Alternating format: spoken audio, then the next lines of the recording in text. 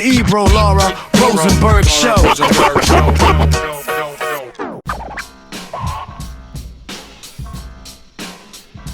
By the way, the Bibles are free.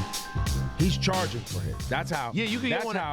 Congratulations, you played yourself. You can get one at any hotel you go to. That's right. Yeah. They're free. Walk right in, no problem. That's right. Imagine being a religious person and be like, let's pray tonight, guys. Let me grab my Donald Trump Bible real quick. No, you need a mental health eval, sir. No, that's crazy. A lot of people out here need a mental health eval, especially after this weekend where we go full war with Iran, huh? Full bore war. That's where we're at now. I think people said this was going to happen. Oh, yeah. Before people voted for him. People said that this was what he was going to try to do. People told everyone that Israel would have complete control over him. And now Israel's being bombed. Dubai I saw some videos. Dubai caught some. With somebody caught on fire. Yeah. No, missiles are going to Dubai. Dubai got hit with something. Qatar got hit with something. Yeah. Multiple places are getting hit with things falling out, either, I guess, from attacks on bases or just things being intercepted in the sky. I have one of my old interns. I still follow her on Instagram. She is stuck in Dubai right now. She's scared, and she's been kind of documenting everything she sees. She's just stuck. She's like, there's no flights. I'm stuck here. She's a flight attendant, by the way. Wow. And when could that end? If the war doesn't end, when is Dubai going to say, when will they know the airspace is safe? I don't know, but it's very scary. Although I'm starting to I keep going in different directions on the whole United States, Israel, Iran thing in terms of where I point exactly what it's at. Is it that Israel owns Trump and can do whatever they want? Yes. Or no, is it? Or is it that Israel just is the United States? Yes. So it's not, that's the thing, because the other version of, here's why I point out the distinction. The other version of it, to me, it's always the Jews are the scapegoat. So if we say Israel controls the United States, to me that's also can be easily part of another picture of, because the Jews run everything. But aren't we fighting against that narrative that all Jews are aligned with Israel? Isn't that a thing? We're trying our best. I'm right just here saying, on this show. On this show. No, on this show. So let's just act like that's not the same thing. You gotta do the work. That you're actually you know what I mean? smart enough to know that not the same thing. Fair enough. Yeah. But I also do think we keep acting as if Israel is ever going to do something in this stage. Are they really going to act without the United States, or is it really they're all the same thing? Bibi can pressure him like their friend, like he's in the cabinet. They've definitely recently acted without the United States. They did make the first attack was pretty rogue, right? Yeah, but also the Qatar attack. Right. They've done that. That's happened. So yes. So in one sense, and that's why I say yes to both. Right. They do whatever they want. Yes. They kind of can bitch them around. Yes. But they also mostly are just doing it with the United States' backing, weapons, all this stuff. And not only that, but even if the United States acts like they're hands off, I think in some regard the United States is like, yeah, go do that because we can't do that. Yeah, which is the whole point of the agreement anyway. That goes back to that, though. That really it's just an outpost for the United States in Israel. And I saw a post, a conversation earlier. Don't forget, the Christian Zionist movement is in scale, I believe, donations, etc., bigger than the entire Jewish population of the world. Yeah. There are more Christians who are like, we need to make sure that the Jews have Israel and Israel is safe. There are more Christians saying that than Jews. Well, you can't just say Christians anymore either. No, of course not. You have to say right-wing Christian nationalists. Yeah. You got to say the whole thing. Sycophants for the end of the world, for the Jesus' return, like literal sycophant. The full right-wing crazy, living their life under the Jesus is coming home. And by the way, it's our job to make it happen. Not that you can't have a belief in your heart or something that Jesus is coming back, but once you start dictating policy around the book, we've got a problem. Well, no. And starting war on behalf of the book. And so some people are talking about the oil, right? Iran's oil and Venezuela's oil have a relationship. Do you guys all know about this? Remind us. Apparently, Venezuela's oil is so heavy crude that to pump it and move it, they need something in Iran's oil to do it, and that's what the relationship was all about. Yeah, Ricardo was telling me that too. You mean this would explain why, even though Trump said that the nuclear capabilities had been taken out in Iran already, now that the Venezuela thing has happened, that's why all of a sudden we have to go back to Iran. Yeah, whatever lie they told. So Oh, on this this, King, man, hold up, man. Oh. Hey, King, I'm on Ebro, Laura, and Rosenberg show, and we were just talking about you. You have anything intelligent to say? Oh, tell them I said what's up, man. what's happening? What up, King? Yeah, what's up with it, man? Peace and positivity, man. Love that. Yeah. And tell them we're not doing no new records this week. Hey, man. We done moved on, right? Yeah, I mean, yeah, I'm trying to. Okay. He's working on it. All right. Right. I on. love this. I like this vibe. I love that. I love that for you, dog. That's a good idea. Yes, Glad sir. you thought of it. Yeah, man. I call you anything pressing. Or can I holler at you when I get through with this? Nah, you can holler at me. What my I was just grandbaby calling. doing? He ain't doing nothing. He's asleep. Just went to sleep. All right. Well, I get I was with you. just You calling? Could what? It was a little kid performing. Let him know at Juicy Crab yesterday. Is there video? Send the video. I said it. All right, man. Yo, he sounds like he's in a great space. And thank the Lord. Got the kid down for the Praise early God. nap. That There you early go. nap's key. Early nap, that 10 a.m. nap. You need that. They're in Georgia too. He's in Yeah. Georgia. He's he has his own dwelling on the estate. So we have like where I really noticed the difference was the family hustle. Oh, yeah. Motherfuckers is like when I told you me and my old lady we had our moments, I'd be minding my business and little old lady walk up to me, hey, take your ass home to your wife. You know what I'm saying? I'm like, will you mind your business, ma'am? No, you take your ass home to your wife. You know what I'm saying? So I that is the most intrusive line of fame and success. That's interesting. Because they were so vulnerable. That is the most intrusive because you're in people's homes. Yes. For real. Like Regularly. every day, 8:30, like dinner. You know what I mean? Like you're at their fucking dinner table. How many seasons was that? 13, 12? No. Shit like that. And it's your whole family, 12, too. It's 13, not just you. Well, Tip, talk about and fathering, being a parent in public with young children for 13 seasons. I would love to hear from you how much that helped in some ways. Was it cathartic? Was there therapy and things that came out of it, things you learned, was able to do different? 60-40. Okay. 60-40 good? 60-40 bad. 60-40 bad. Yeah, I would have 60-40 guessed more bad. Well, you know what? Yeah, I'm going to say that by 60. Okay, why? Well, for one, it alleviates mystery. You know what I'm saying? Like, if a motherfucker know what you're doing all the time, they ain't got no reason to show up to see what you're doing no more. You know what I mean? Yeah. But what I will be honest with you and say, the intention of it was to show me in a different light. That's after my second prison stint. And after I foolishly made a U-turn in front of a sign that says no U-turns Can't do it. on Sunset, I make a U-turn. I do it every time I go back. Every do you? Time, yes. I On just principle. make sure my pockets are clean. but after the second prison run, it was like, this nigga, he just a fuck up. You know what I'm saying? This nigga's just about these 2 mistakes he's made. He not serious, right? So coming out of that, the goal for the show was to show me in a different light with family, balancing business, and, turning my life around, so on and so forth.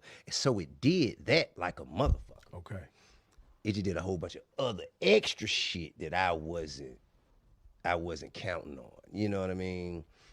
Some of that is absolutely positive. Like, it showed my family. I never knew these motherfuckers were stars.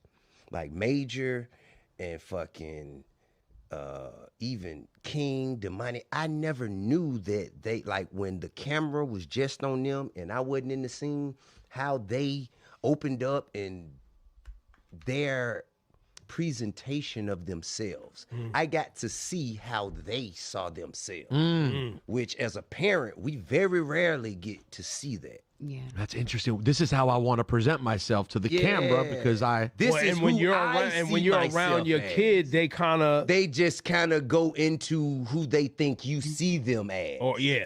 That's you know right. what I mean? That's Who right. they think they are supposed to be around you. Wow. You very rarely get a chance to see who your children really want to see themselves as. And so it did that, and I was like, wow.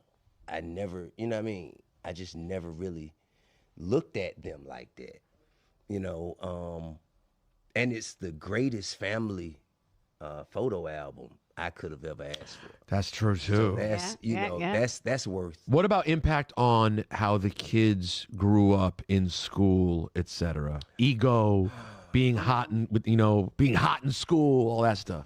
Outside of famous parents. Yeah, already That's had already famous a layer. parents. Yeah. And now they're famous on their own. I think I have to ask them, bro. I think King, to me, because Damani pointed this out. King went to school by himself, public school. Damani and Messiah always went to school together. King, Deja, like they always went to school by themselves. So I believe there was a heightened level of envy and jealousy there that he kind of dealt with however he deals with things, you know. Sounded very good as of today. Yeah. I mean, he's a great kid, dog. Like, he really is. Like, I've seen him do things, you know, that exhibit just a great quality of character. You know what I mean? Like, even when he go too far out there, it's like, for instance, the Waffle House thing, right? So the Waffle House thing, you know, I was always big on, hey man, stand up for yourself. Don't let nobody disrespect you. You know what I'm saying? You train people how to treat you. You have to train people how to treat you. And so he's in there, and I don't know if the dude just was upset that he had to work. And King is on fucking live Instagram, and something happened, and I guess the dude threw his order at him. Well, something happened where he messed the order up, and so King said he didn't want it, so I had to figure through it back. And so he said, "Come outside, come on outside. We gonna get it on right now. Come on outside." I'm like, bro. You just left a $5 million house and a $250,000 car to pull up to the Waffle House expecting 5-star customer service. What the fuck is wrong with you? He was like, nah, but he threw the food at me. I say, after he made it wrong, it wasn't your food anymore. Why the fuck do you care? You said don't let nobody disrespect me and did it. I'm like, bro, discernment. You must use discernment. And now I think he's finding, you know, that balance of what is and is not worth, you know, the time, effort, and energy. That's right. Just hearing his voice on the phone, though, like just hearing how he interacts with you on the phone naturally in real life, like you can just hear the spirit of a good kid. The joy to call your dad and say you heard his new single being performed by. Did he send the video, though? Did he send the video of the kid performing and let him know? I ain't even check. But you know what I'm saying? He was happy to let dad know that just somebody was performing this song at a random spot. And they're going, whoop that trick. That's right.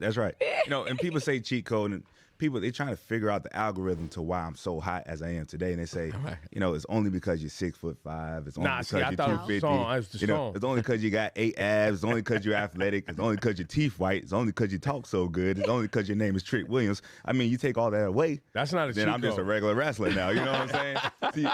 Because, you know, the magic is in me. It's not in the game. That's right. But if I'm being real, my birth name is Magic. So Trick was always a nickname. You were always Trick. I was always Trick. Wow. You know what I mean? So that's what I'm saying. I'm just... Well, but the fact that you got a song already that everybody knows off top, though. Wait, no, real quick. Did the Whoop That Trick start? Did Booker start the Whoop That Trick, or that was always there? That's the special thing about it, Pete. You got to understand. People say it's the intro song. If you listen to the intro song, it's the instrumental. That means anytime you ever heard Whoop That Trick, It's the crowd doing it. The crowd doing it. I never told anybody to whoop that trick. I never said go watch Hustle and Flow. Right. You know what I mean? Shout out to my man Al Capone. He's the original songwriter of Whoop That Trick. He gave me the cosign. Oh, nice. So it is what it is. I never told nobody to whoop that trick. That's fire. That's crazy. It's the truth. So did it start though in commentary, or did it start with the fans just doing it? It started with the fans. Wow. The fans, So it's the NXT fans. NXT fans. So we got to show love to those fans, Man, shout out to the NXT fans, man. Shout out to the NXT. And I'm guessing how long were you at NXT? Man, 5 years. So you have to know some of those people. Like, there are people that you saw, I'm guessing, on the regular. On a week-to-week basis for 4 years straight while being on TV. So you have to have a lot of faces in that crowd. You know that guy. I know that girl. I know him. You know what I mean? And like, because it's in the same location. It's in Orlando. Every week. Okay. And they've been loyal to us, man. Shout out to the NXT fans. They show up every single week, and they loud, and they excited. And, you know, that's how special it was, because we was in Orlando for such a long time. And, of course, he was whooping that trick there. Yeah. But we went all the way across the country to L.A. or something like that. And once whooped that trick, you know, it crossed the country for the first time in front of like 5,000 or whatever it was. It was like, oh, shoot, look at what has started now. And the momentum's just never slowed And down. then, hold on. And then when you started at SmackDown, correct me if I'm wrong. That's right. You were immediately in Europe, weren't you? Yeah, well, I did 1 week in Buffalo. Okay.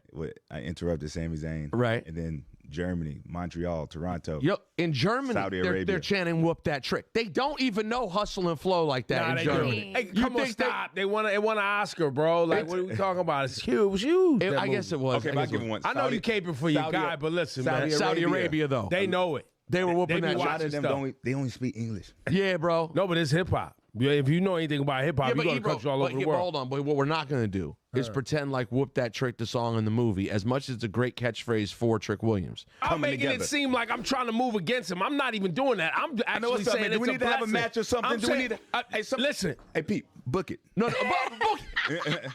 WrestleMania 42. No, listen, you know, he can tell you the story of how he almost lifted up John Cena. Nah, listen, I had to go at him. Chopped him in the chest. I had to go at him, lift him up. There was witnesses. When Cena was doing promo and like for the album. That was a while ago. That's a while ago. But long enough ago that you could mess around with a wrestler in the studio and someone wouldn't run in and go, "Oh my God, please don't do that." Oh yeah, no, it was definitely before people started stepping in, worried about lawsuits. Yeah, so Ebro always tells the story that he tried to lift up John, and he's like, "Nah, I had him up," but then John decided to not let him pick him up. Right. He's a big boy. Lean down on him. Did you get to have any moments with John on the way out? Yeah, for sure. Well, I guess before the way out, but he came to NXT. And, you know, he sits down, he loves paying it forward, talking to the young talent, and, you know, just sharpening up your mindset on the business. So he's always been great for us. And remember, I told you guys to jump off ChatGPT and jump off Claude. Have you been seeing those headlines? Off Claude too? Well, no, on jump to Claude. Okay. Yeah, if you're interested in using AI. Oh no, you're talking about the Anthropic thing. Yeah. Did we not get to it yet on the show? No, really. Well, I had been talking about remember last week I told you guys what Anthropic was. I had no idea it was. But didn't you say you didn't tell the guardrails thing? Like the story about what happened actually? Well, I told about what they represent. I did not talk about how the U.S. Department of Defense basically. Oh no, we did about blacklisting them. Yes, because we did. We talked about it. We wouldn't allow. Well, it happened this weekend. Yeah, they went there. They went there, but the company for OpenAI. The company that owns ChatGPT, OpenAI, was willing to jump right in the slot. Oh, you don't say. Were they the number one Trump supporter? Sam Altman. The number one Trump supporters in all of tech, basically? Yeah, Sam Altman and them jumped right in and are going to allow autonomous weapons killing, without any human oversight. Meaning you can use AI weapons that are completely artificial intelligence, no human oversight. And that was the big thing for Anthropic. You have a video, Rasan? Let's see this. And so we have said to the Department of War that we are okay with all use cases, basically 98 or 99% of the use cases they want to do, except for two. One is domestic mass surveillance. There, we're worried that things may become possible with AI that weren't possible before. So there's this way in which domestic mass surveillance is getting ahead of the law. The technology is advancing so fast that it's out of step with the law. That's case number one. Case number two is fully autonomous weapons. This is not the partially autonomous weapons that are used in Ukraine or could potentially be used in Taiwan today. This is the idea of making weapons that fire without any human involvement. But we have some concerns about them. First, the AI systems of today are nowhere near reliable enough to make fully autonomous weapons. Anyone who's worked with AI models understands that there's a basic unpredictability to them that in a purely technical way we have not solved.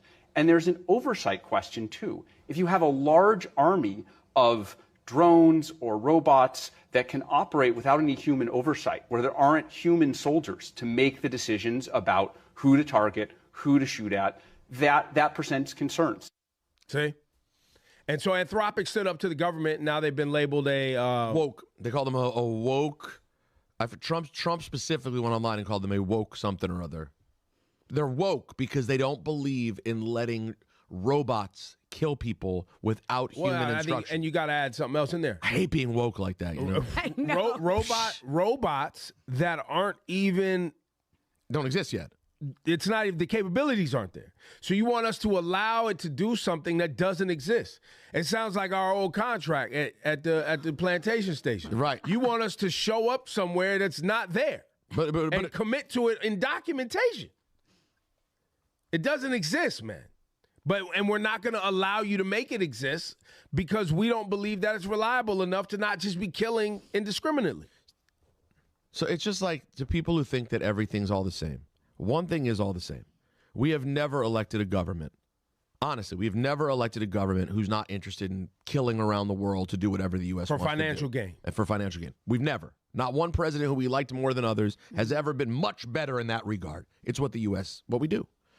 However, there are then degrees to which you want to be indiscriminate with your killing.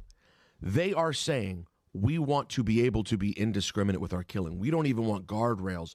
We literally, you know why it is woke? Because they really want not alive people to be able to make decisions on killing. Right. That's how woke is, just human to them. If you're human, you're woke because they want robots to be able to decide. Bro. They want Terminator to happen. For real. We are living in a Black Mirror episode every day. What was the order of singles from the album again? Shorty's the shits first, right? Yes. And so Falsetto came second. Falsetto second. And I had to fight. Shout out to L.A.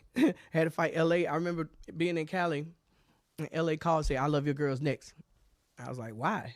It's like, because the Bay is killing it right now. It's going crazy. By the way, I Love Your Girl didn't have Jeezy on it at first. Okay.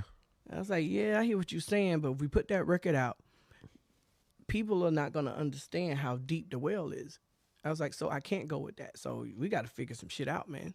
I was like, falsettos it's the first time I really pulled some artist shit on anybody. Usually I'm cool, all my shit's gonna work. I wanted that to work in a particular order. Right. What do you mean I Love Your Girl wouldn't have let them know how deep the well was? It's too easy. It's too easy. It was complex. a basic record. It's okay. It's not that complex. It's simple. It's simple is hard to do. But it's not what falsetto is musically. Like just the arrangement, the mix that had to go into it. It's a lot of work put into that record where you can kind of look at I Love Your Girl and be like, oh, well, I can do that. Even if you couldn't, you can say it. Falsetto's not a record you could just be like, oh, cool, I'm going to go just whip one. No, you got to. So that was my whole thing. But also, we shouldn't act, I mean, even though it's a very fun song, we can't act like we'd really heard Shawty Is the Shit before either. That's a pretty unique, if you were to explain that song to someone. Keep talking your shit, bro. The way it starts, the way it starts though, from the piano at the beginning, Los. It's very interesting. It comes off like a record that's gonna be like completely silly, but it's not. Like it's got layers. That's an onion.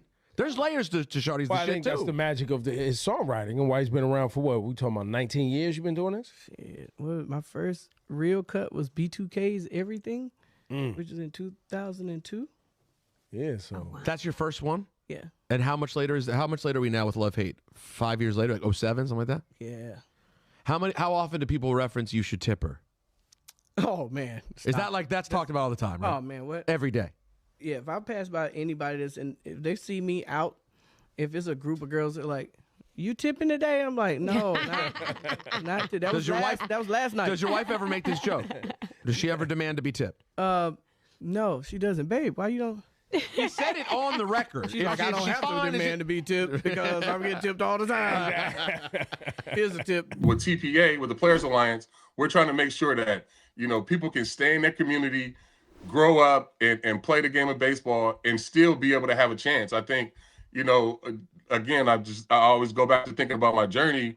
If I would have had to, if being a good baseball player now, you have to leave your community as a black kid to go play in different, tournaments or different things like that. I never left Vallejo growing up to play.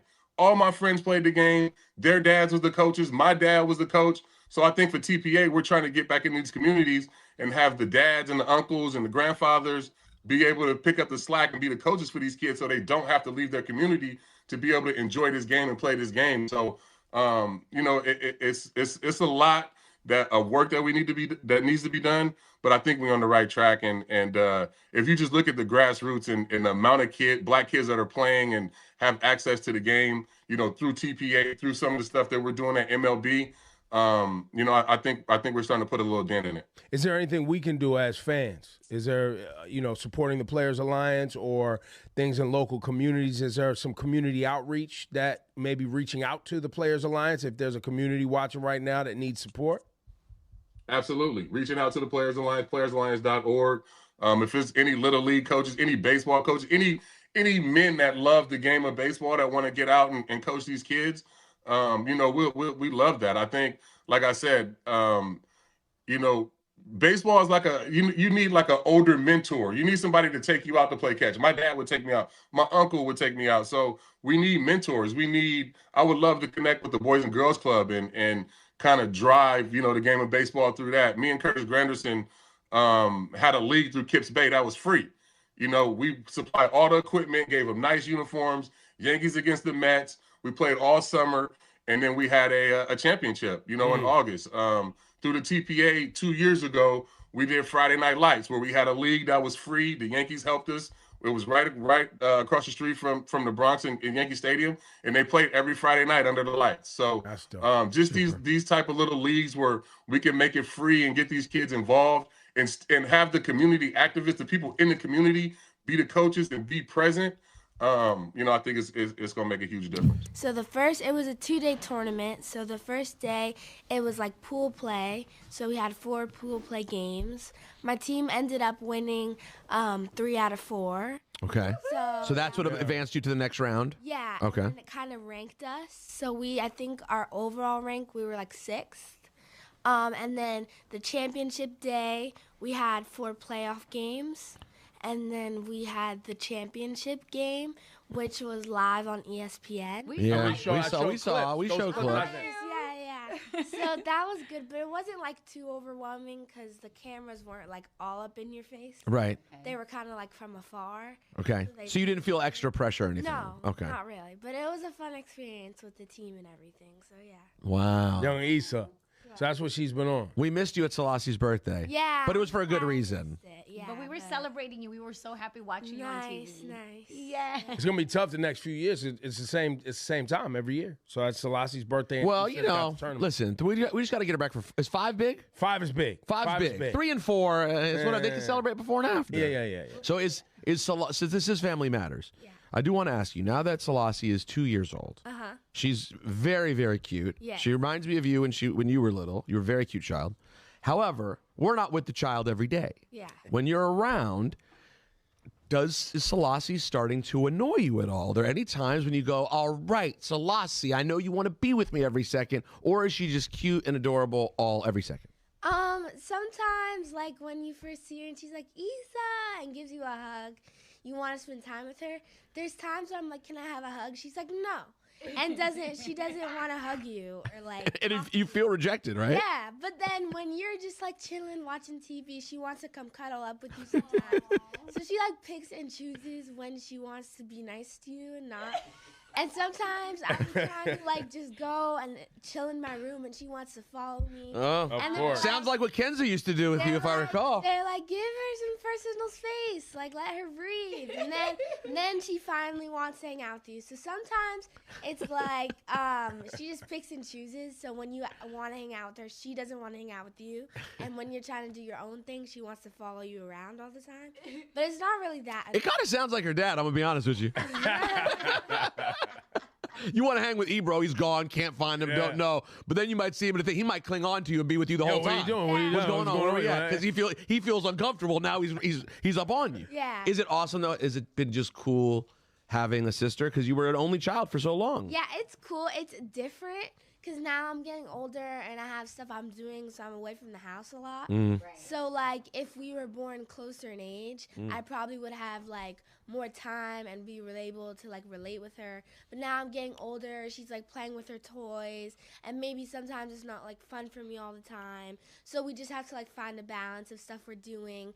But we like watch family movies and like, eat dinner. So that's like they got a little couch cuddle situation. Yeah, that's how we like spend our time. Aw. Yeah. I wonder. So what? The age difference is 8 years? No. 9. Yeah, 9 years. Yeah. So the catch up will be at like 20 and 30, even earlier. I mean, because honestly, even like by 25 and 16, they're still like that might they're different, but like it's a different kind of hang. Like she'll want to bring her, like, oh, it's my 16-year-old little sister, but they can still hang, you know. Oh, I gotta keep an eye on that. Even when she'll be able to take her. Take the mic there, Laura. Go ahead. I said that even when Issa's 19, she'll be able to take her places because she's not hanging out with a baby anymore. Yeah, 19, and you could take like that'll be taking someone your age right now around. Yeah. So that could be when when college, but by then she's gonna be like an Olympian. You know what I mean?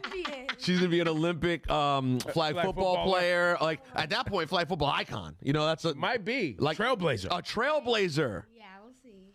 Oh, that's really great. How far do you want to take this flag football thing? Okay, so it started as something like I was new, I've been seeing it. It started to like go viral, so I was like, oh, this is cool. And everyone was like, what do you want to do? I was like trying to find a sport. I was like, I'll try out flag football. It started being a thing just on Sundays for rec. And as like I started to do it, join teams, develop friends, I think the level I'm in now, I could keep going until like high school, like 17. But I don't know. I'm not sure if I want to like go to college for it. I like it, but I still want to find like a backup, like a corporate job. So I'm not like That sounds like half Ebro. like so I'm not just focusing on like sports because it's a risky business. So if it doesn't go right, I still have a backup and something I love to do. Wait, so what do you love to do outside of flag football? Okay, so I'm very artsy. Like I love remember arts and crafts. All right, artsy. I've been to like into bedazzling things. We love bedazzle. Definitely not a career. It's not a career. Yeah, I know. Well, maybe on Etsy. You could bedazzle on Etsy and get a bag or two. Yeah, I like paint nails sometimes. Okay. Issa's gonna be a nail tech. No, Nail tech's a great career. It could be. It could be, but that's one of those risky jobs. Yeah, you don't have know. to, like, yeah. It's a good hustle, though. I ain't gonna hold you. It is. It's a good. Like if you could build a clientele, you could. Hello, Laura, how much you paying for that set you got on right there? No, this one's a light one, but you can But charge how much up to did like. you pay for this light one? This one was 100. 100's still real money for nails. But there is sometimes people charge up to like $300 for really cool nails. Yeah. So, I dance, I sing. I do like I've done a lot of different sports that my dad has signed me up for. Tennis. I want to try out volleyball. Everyone's saying I'll be good at volleyball. Yeah. I've done like swimming, so a lot of athletic creative going on over here. Yeah, very creative. So I like cooking. So Maybe you'll be a chef. a chef. That's another risky business. Okay. Yeah. It is. You got to move around a lot. Yeah. It's hard. It's hard, but it's fun. You watch the chef shows, don't you? I watch those baking shows and the chef shows, but it's also a risky business. Got it. The Ebro, Laura, Rosenberg Show.